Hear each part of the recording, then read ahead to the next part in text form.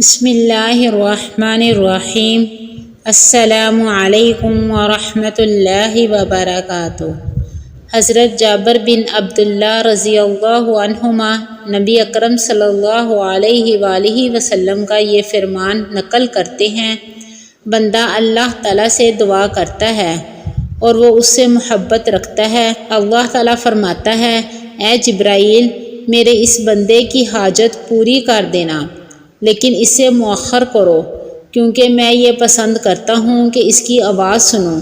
نبی اکرم صلی اللہ علیہ وآلہ وسلم فرماتے ہیں، اس طرح کوئی بندہ اللہ تعالیٰ سے دعا کرتا ہے اور اللہ تعالیٰ اسے ناپسند کرتا ہے تو اللہ تعالیٰ فرماتا ہے، اے جبرائیل، میرے اس بندے کی حاجت پوری کر دو اور اسے جلدی پورا کرنا، کیونکہ میں اس بات کو ناپسند کرتا ہوں کہ اس کی آواز سنوں۔ مجمع الزوائد حدیث نمبر 17224۔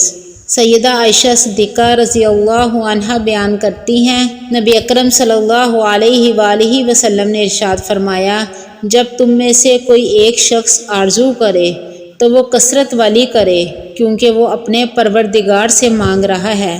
مجمع الزوائد حدیث نمبر 17220۔